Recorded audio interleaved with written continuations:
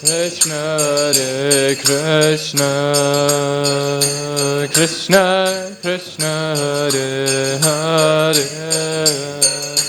Hare Rama Hare Rama, Rama Hare Hare Krishna Hare Krishna, Krishna Krishna Hare Hare, Hare Rama Hare Rama, Rama Rama Hare Hare, Krishna Hare Krishna, Krishna Krishna Hare Hare, Hare Rama Hare Rama, Rama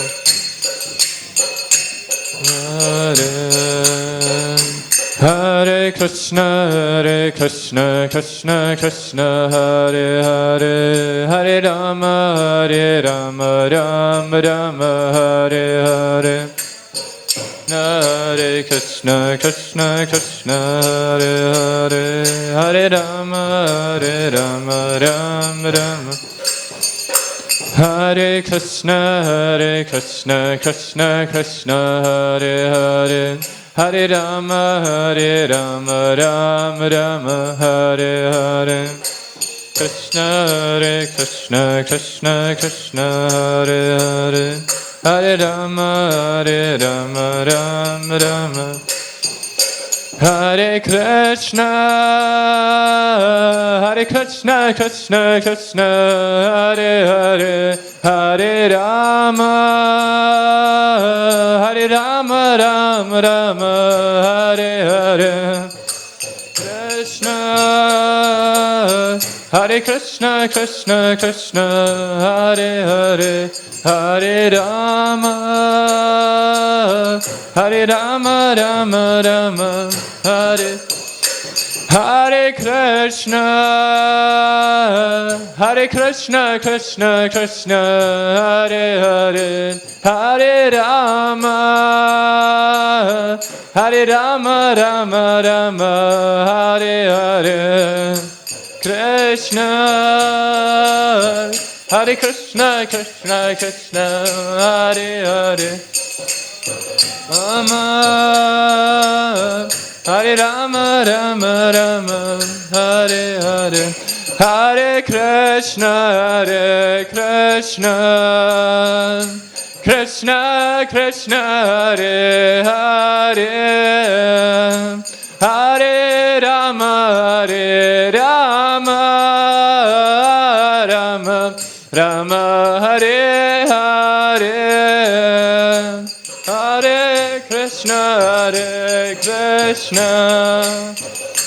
Krishna Krishna Hare Hare, Hare Rama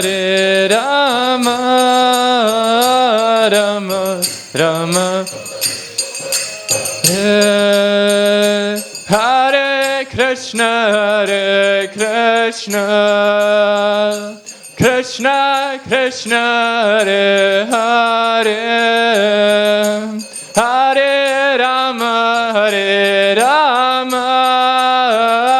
Rama Rama Hare Hare, Hare Krishna Krishna Hare Hare,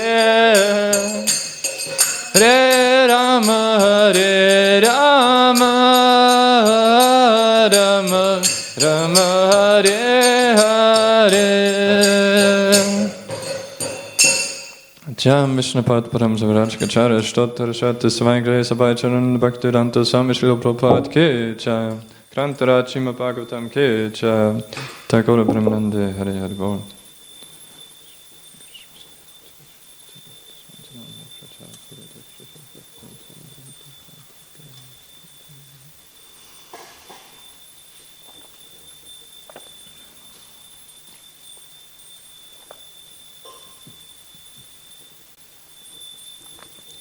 Om Namo Bhagavate Vasudevaya. Om Namo Bhagavate Vasudevaya. Om Namo Bhagavate Vasudevaya.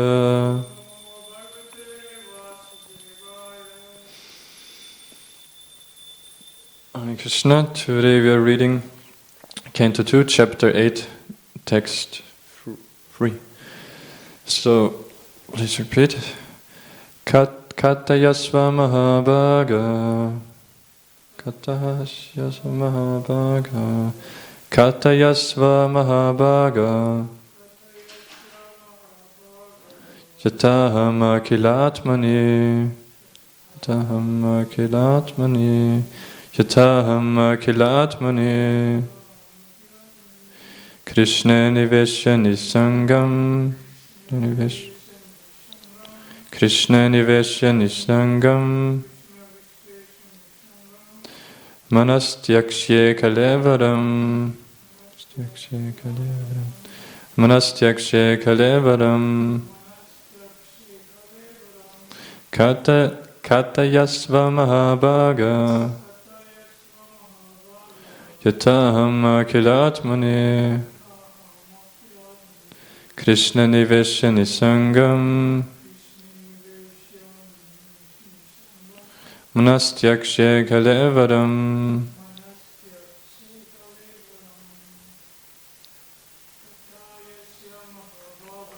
Katayasva mahabhaga. Yataham akilatmani. Krishna nivesha nisangam. Manastyakshe kalevaram. Word to word, please repeat. Katayasva. Please continue speaking. Mahabhaga. O greatly fortunate one. Yata. As much as. Aham. I. Akila Atmani. Unto the Supreme Soul. Krishna, unto Lord Shri Krishna. Nivesya, having placed. Nisangam, being freed from material qualities. Manaha, mind. Tyakshya, may relinquish. Kalevaram, body. Translation and purport by His Divine Grace Abhachananda Bhaktivedanta Swami Srila Prabhupada Ki Jai. O greatly fortunate Shukadeva Goswami, please continue narrating Srimad Bhagavatam so that I can place my mind upon the Supreme Soul, Lord Krishna, and being completely freed from material qualities, thus relinquish this body. Purport. To be fully engaged in hearing the transcendental narration described in the text of Srimad Bhagavatam means to constantly associate with the Supreme Soul Shri Krishna, and to constantly associate with the Supreme Lord Krishna means to be liberated from the qualities of matter. Lord Krishna is like the sun and material contamination is like darkness. As the presence of the sun dissipates darkness, constant engagement in the association of the Lord Shri Krishna frees one from the contamination of the material qualities.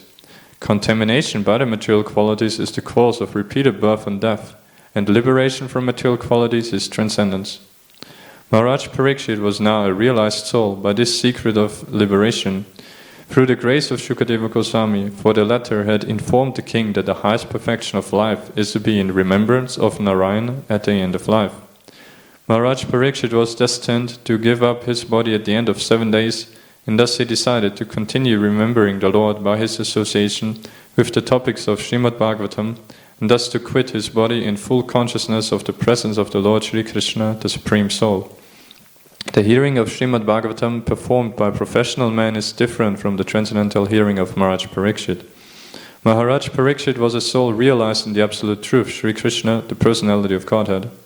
The fruitive materialist is not a realized soul. he wants to derive some material benefit from his so-called hearing of Srimad Bhagavatam.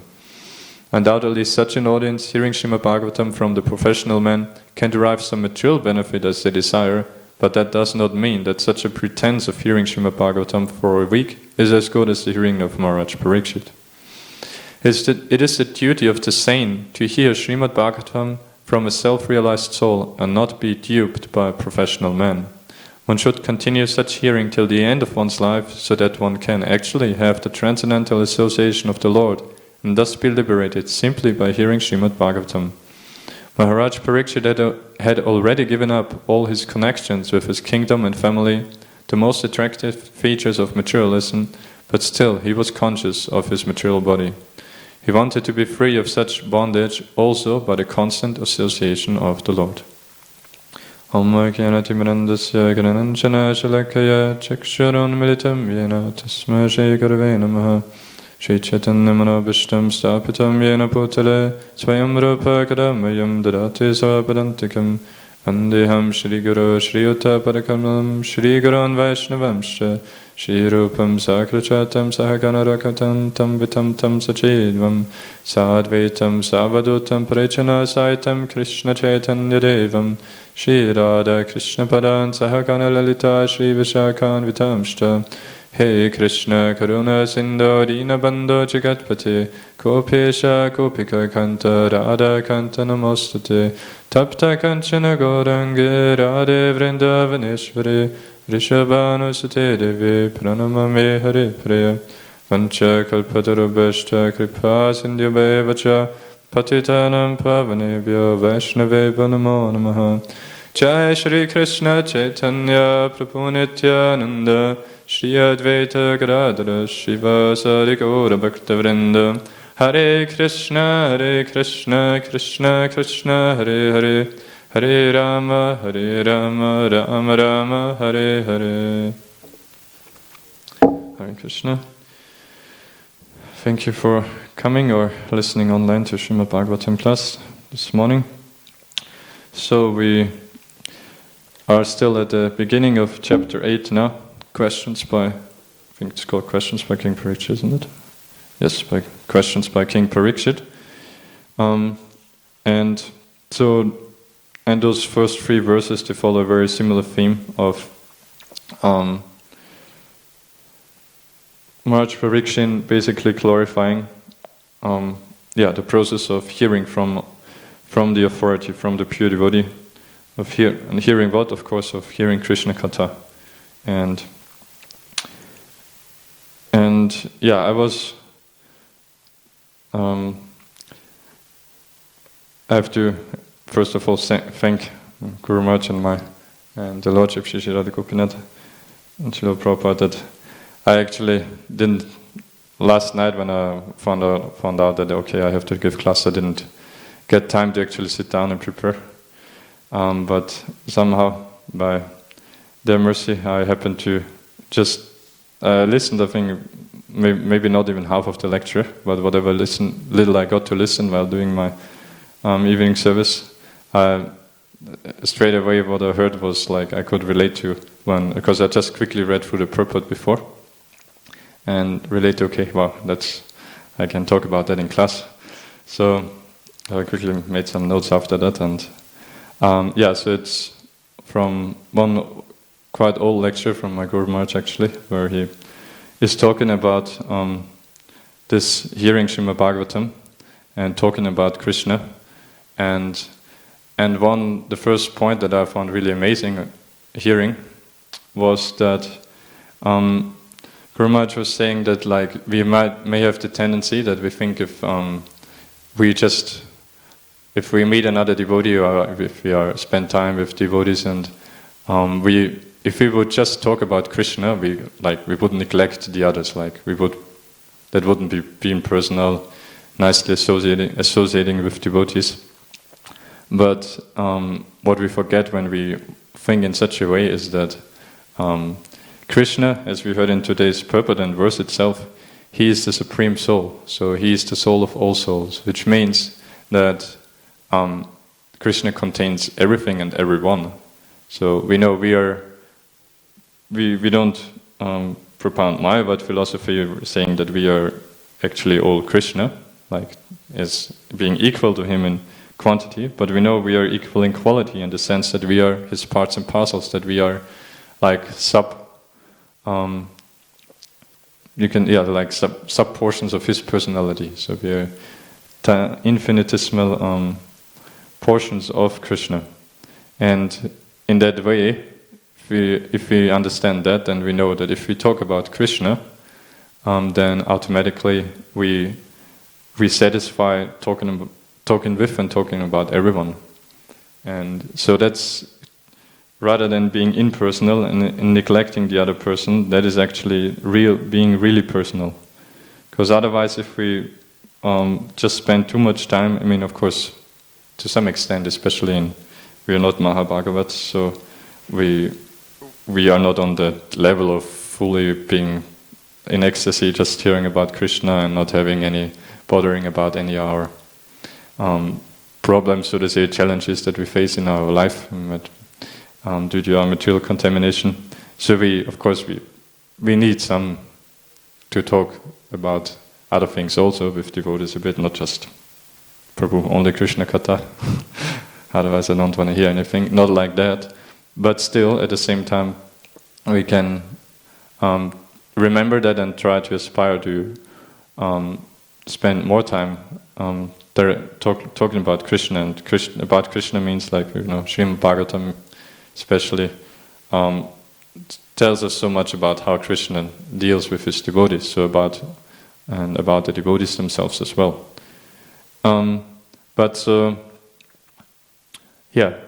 So it's not neglecting the other person, talking about Krishna. Rather, that's what it really means to associate with devotees. It doesn't mean to just talk anything, but it means to inspire each other to hear about Krishna and to glorify Krishna, chant and engage in devotional service. And then Guru Maharaj was saying that is actually real personalism, to talk about Krishna and to inspire each other to serve Krishna more. So, and in terms of like another point that I remembered of our misconception that we may have, that it's not being personal if we talk about spiritual topics, not relating to the other person's conditioned identity, because after all, that's what we otherwise would think. Like, to be personal means that we share like how we feel in this body, or what problems we go through, or how our families, or all those things. We know actually that's not really personal, because that's not even real, not our real person. That's not our real identity. That's just relating to the temporary misidentification that we have with this false ego, mind, intelligence, and the gross body. So another point from that was in the third canto that I read recently about how Kadama Muni and Swayambhuva Manu, when they meet, like, we know the pastime is that Kadama Muni, he was instructed by Lord Brahma to help him populate the universe. So, and for that but we know those cultured great devotees, doesn't mean then they straight away beget children, but rather, what do? They go and perform austerities for the pleasure of the Lord. And so that's what Kadama Muni did. He meditated upon the Lord and engaged in other devotional service for 10,000 years. And so obviously it was Satya Yuga, beginning of creation. And so, so after 10,000 years, then the Lord himself appeared to him, and of course, Kadama Muni offered prayers. The Lord offered him benedictions, and anyway, I'll just skip now over towards then when so the Lord already assures him there that he knows why Kadama Muni specifically worshipped him like that. I mean, of course, Kadama Muni was a pure devotee, but still he was instructed by Lord Brahma to beget children, so that's specifically why he worshipped the Lord in that way, to be able to get the mercy of the Lord, to be able to properly fulfill the instruction of Lord Brahma. And thus, the Lord assured him that you will, you, of course, you won't get entangled or anything. You will get ultimately come back to me, go back to Godhead. But I will fulfill your desire soon, very soon. And so after the Lord leaves, then Kadama Muni continues his devotional service, and then one day the emperor of whole Bhumandala, the whole earthly planetary system, Swayambhura Manu, he had 3 daughters, Prasuti, Devahuti, and Akuti, or what? I think that's the names of the 3 daughters. And so one of them, Devahuti, she had already before actually fixed her mind upon Kadama Muni, as we hear that quite a few times in Shastra, and that's like for us, that's nowadays quite inconceivable as well, that how can someone give his heart to someone he hasn't even met. But we know if it's in regard for the Lord's pastimes, then who is the first person who is ready to facilitate that? Narad Muni.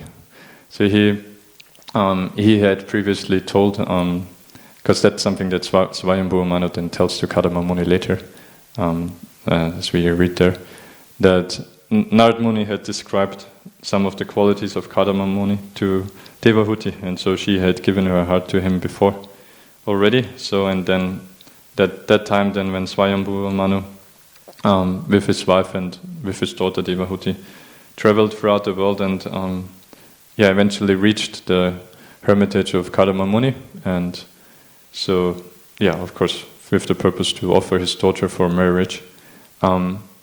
But so the point I wanted to come here is that then we hear there a conversation of, first of course, because Kadama Muni is the one who is giving, how do you say, like welcoming the guest, giving him, I don't find the words, but anyway, you know what I mean. So to Swayambhura Manu, and so of course, so it's the etiquette. So he is the one who speaks first, to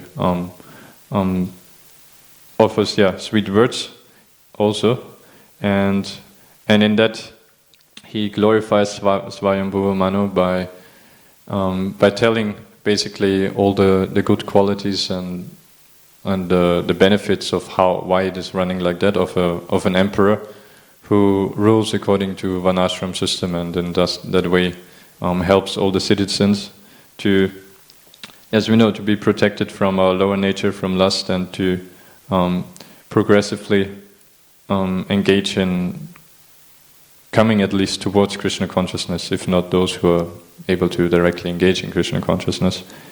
And so he glorifies him like that. For example, he mentions that actually a real monarch, a real king is someone who is directly empowered by the Lord with the Lord's Palini Shakti. It says Hare Shaktir Hi Palini,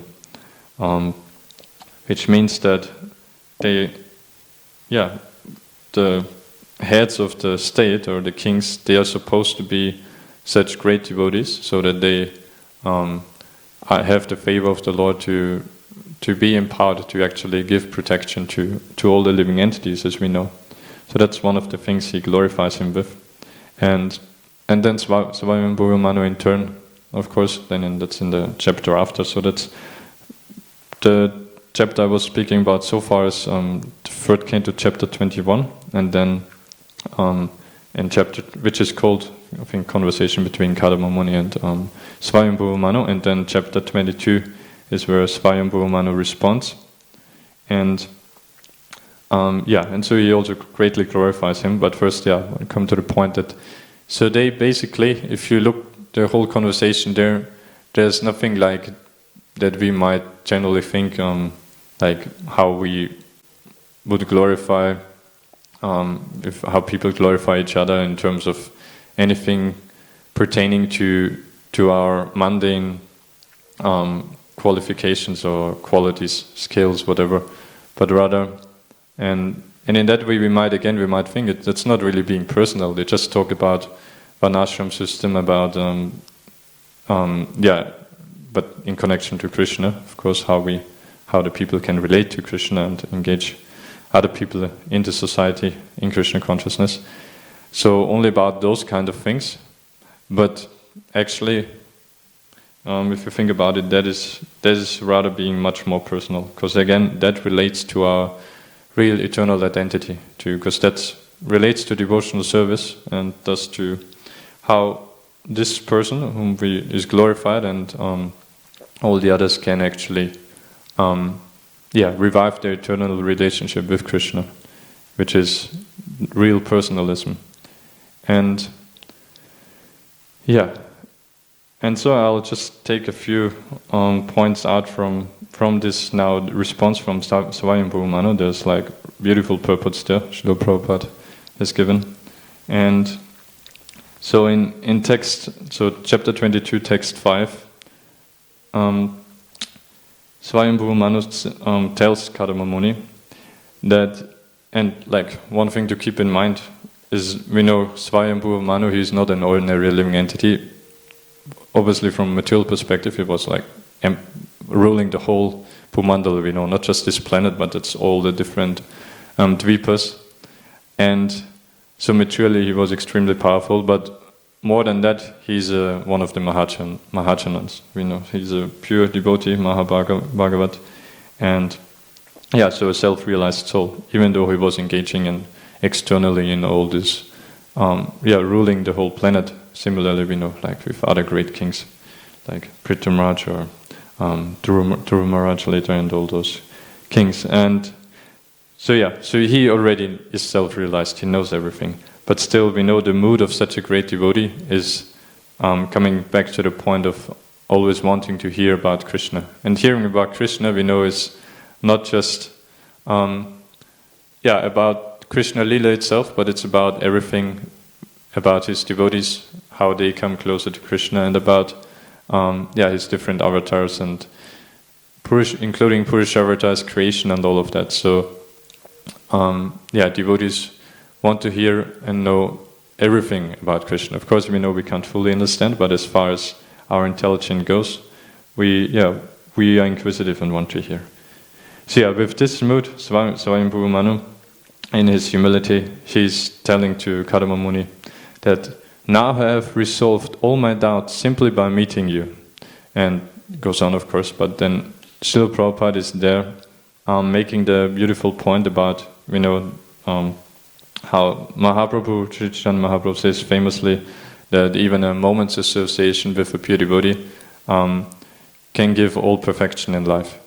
And Prabhupada is explaining there that actually, what does it mean, this moment's association? So he's saying that Sri Chaitanya Mahaprabhu says that one should always try to associate with saintly persons, because if one establishes a proper association with a saintly person, even for a moment, one attains all perfection.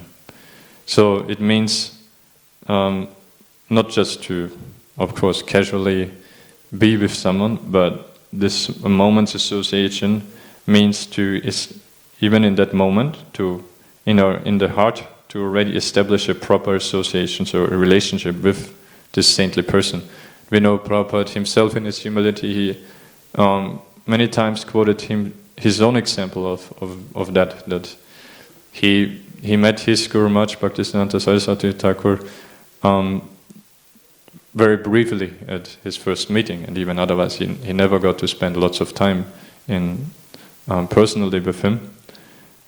But so he himself gives the example that he met him just briefly and immediately got this instruction, and from that he's made his life perfect by then carrying out the instruction so amazingly by giving Krishna consciousness to the whole world. And yeah, so that's what it means, a moment association. And further Prabhupada explains that, because by doing so, a moment's association, yeah, further, because what does it mean? It doesn't mean just to, out of interest, hear something from this saintly person, but it means to submissively accept wholeheartedly the instructions of this person, like Srila Prabhupada did. And so Prabhupada is saying, and because in that way, then this means that one achieves his favor, and then his entire mission of one's human life will be fulfilled. So because we know, after all, Yasya Prasadat, Bhagavad Prasado, Yasya Prasadan, Nagati Kotopi, that all our spiritual life depends simply on the mercy of the spiritual master and other devotees. So after all, yeah, that's what this association really means, that we need to gain the favor of these great devotees. And yeah, so and then in the next verse, text 6, Swayambhu Manu continues that he's saying that fortunately I've been able to see you, for you cannot easily be seen by people who have not subdued their mind or controlled their senses. And then further he says, I'm all the more fortunate that to have touched with my head the blessed dust of your feet. So again, showing here Swayambhu Manu himself also explaining that it's not just about hearing, that our doubts go away, as he said in previous words, by like intellectually understanding, but then we really need the mercy of the spiritual master. And again, remember, Swayambhu Manu, he already is self-realized soul, the great Mahabhagavat. So he actually doesn't need, like in that sense, the instructions of Kadama Muni and him be accepting him as spiritual master or anything like that. But he teaches it for us, and he also, out of his humility, that's how pure devotees are. And Prabhupada there quotes the famous verse of Jad Bharat, which he tells to Maharaj Rahugana in the 5th canto. So how does it stand again? Rahuganata tapasanaya tena chechaya nirvapanat krihatva na chandasa na nevachalagni suryahi vina mahatpada rajo abhishekam. So Jad Bharat explains to the king Rahugana that this devotional service cannot be attained by anything other than getting the dust of the lotus feet of the pure devotees. So it cannot be attained by singing the hymns of the Vedas, not by doing great austerities under the scorching sun or in cold water, or by renouncing, accepting sannyas, or of course also not by simply following perfectly in the grihastha ashram on the mundane level. So by nothing of that, but the only way is Mahatpada Rajo Abhishekam. So we need the Abhishek, we need to get the dust of the lotus feet of the pure devotees. And of course we know this doesn't mean just mechanically to somehow get the dust put on us and then do whatever we like, but it means to fully accept in our heart the instructions of that pure devotee. And so, in Prabhupada there says that this Mahatpada Rajo Abhishekam means to be blessed by the holy dust of the lotus feet of a Mahat, a great devotee. And this means the achievement of the perfection of transcendental life. So again, we only need the mercy of the great devotees and not bother about anything else. And because one nice point that Prabhupada further makes in that purport is that especially for the common man, or called in the Sanskrit there in the verse akritatma, so who are not able to control their atma or the senses or mind, in that case it refers to, for them it is especially the very duty to seek the favor, the shelter of a great devotee, and simply try to please him. And this refers to all of us. We are not able to, on our own, to engage in control our mind and senses and engage in pure devotional service. I mean, we all know from our very experience that's how we are here, simply by the mercy. Before coming in contact with devotees and following their instructions, Kali Yuga, we would have just engaged in self-destructive activities for no one's benefit, not ourselves or anyone else. And then in text 7, Swayambhu Manu says, Tishtyatva yanushishtaham kritascha chanugrahomahan apavritai karnarandraya chuštadishya shatyagriha.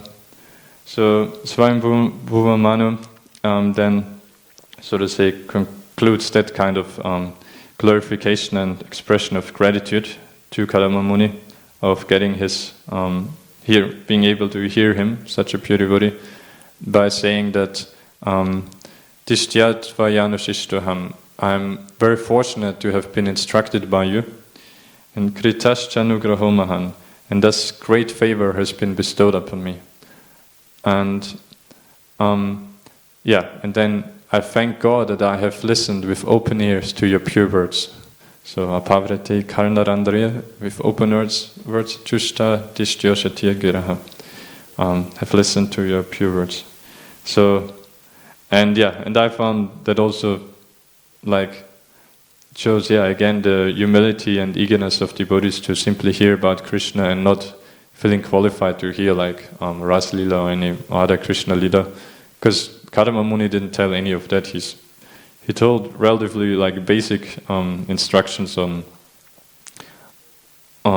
devotional service. So, but Swayambhu Manu, expressed such great gratitude to hear that. And Prabhupada says there again in the purport that the faithful execution of the instructions which one receives from the spiritual master is the only duty of a disciple, and this will bring him all perfection. And thus one should be very careful to receive the message from the spiritual master through the ears and execute it faithfully. So, in line with the verse, to be always eager to hear and submissively, and then eager to execute it, of course, as well. And then in text 10, that's what I had already said before. Then Swayambhu Manu explains to Kadama Muni that when that Devahuti had already heard from Narada Muni about you, and that's how she was chased to you all the way already. And and he pleads to him then from why he should accept her as a religious principle and all of that. And one nice point also with Devahuti there is, of course, again we see there the power of hearing. Even in that case, it's not directly about Krishna; it's about his devotee Kadama Muni, that what Narada Muni told about. But again, that we see the superiority of hearing from authorities, rather than going just with our day-to-day so-called personal experience. Prabhupada also explains at this point that Devahuti did not personally see Kadama Muni, nor experience his qualities. Rather, she simply heard from Narada Muni, and that again shows that hearing from an authority is a better experience than gaining our personal understanding. And at the end, that's actually more personal, because it's directly from hearing from an authority means from a pure devotee of Krishna, or someone who repeats the words from a pure devotee and also tries to become a pure devotee, and thus directly connects us with the Supreme Soul, with the most personal personality, and who connects all of us. So, and interesting also to see how Narada Muni, he's really everywhere facilitating the Lord's pastimes, and because in that way, of course, he facilitated the Lord's descent as Kapila Dev, who took birth then accepted Kadama Muni and Devahuti as his parents, as we know. And yeah, so, and another nice point then here is in the next chapter, or rather, sorry, 2 chapters after, in chapter 24, when we go forward now in the pastime where Devahuti was accepted, they married, and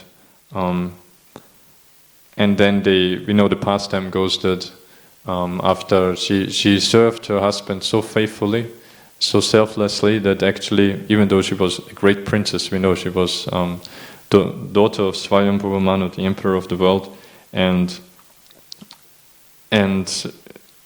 so yeah, she was extremely qualified in all material qualities, also, I mean spiritual also, as we know, otherwise she wouldn't be mother of Kapila. But also materially, like it's described, like, I forgot the name, but there's one demigod who was flying over, so that was before the marriage, who was flying over the palace, and Devahuti was playing on top of the roof with a ball, and he simply seeing her beauty, he fainted and fell down from his airplane. So that gives some indication that a demigod, so of how beautiful she was, for example. But yeah, still, like nowadays, if someone is a little beautiful, then they are so attached to the body even more than others, perhaps, and to take care of the body. But she completely neglected her body simply to serve her husband, knowing him to be a pure devotee. And so, yeah, then, after many years serving like that, at one point, then she approaches Kadama Muni and tells, that, or rather, no, I think, if I remember correctly, actually, he's seeing her like that. He thanks her for her service and tells that now I shall fulfill their desire, and so they then, he uses his mystic power then to give her back the full beauty and like a healthy body by sending her into the lake there, Bindasarovara, and then he creates the airplane where they travel around the world enjoying, and then get the children, I think 9 daughters, and who then 9 daughters, because they are given then to the married to all the 9 sages, and of course, and after that, when he would be already about to leave, then she approaches him again and says that you have given me everything, but you didn't give me so because I'm your surrendered soul, you should give me fearlessness too. So she requests him to give her spiritual realization, and so he then tells, okay, yes, our son Kapiladev will come, and then he will instruct you, and so the son, he will look after her then, and that we know in Kadama Muni renounces again then. So then at the descent of Kapiladev, Lord Brahma, he comes as well, like all the demigods, of course, they always, when the Lord appears, they glorify the Lord and they are ecstatic. And so Lord Brahma also comes there and expresses his gratitude to Kadama Muni that he so faithfully executed his command. And he says there that one should obey the command of the father or spiritual master with due deference, saying yes, sir. And Prabhupada says there that explains about the mood of the disciple again, that the disciple, if he's saying this is not correct, I cannot carry it out, then we can understand that he is already fallen. Rather, we know he must carry out the instructions without hesitation as an immediate yes. And he explains there that from Vishwanath Chakravarti Thakur, his saying that the order of the spiritual master should be the disciple's life and soul. And Prabhupada gives the analogy there that just as a man cannot separate his life air from his body, in the same way a disciple cannot separate the order of the spiritual master from his life. Because otherwise we might casually usually say, okay, instruction of my spiritual master, my life and soul, but what does it actually mean, my life and soul?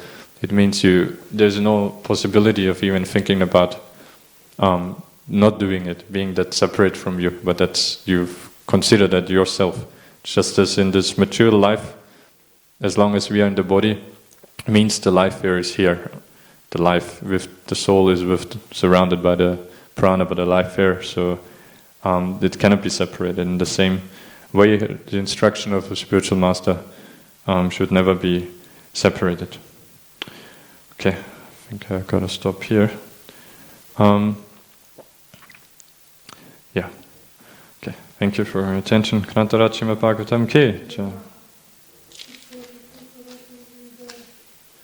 Prabhupada Ki.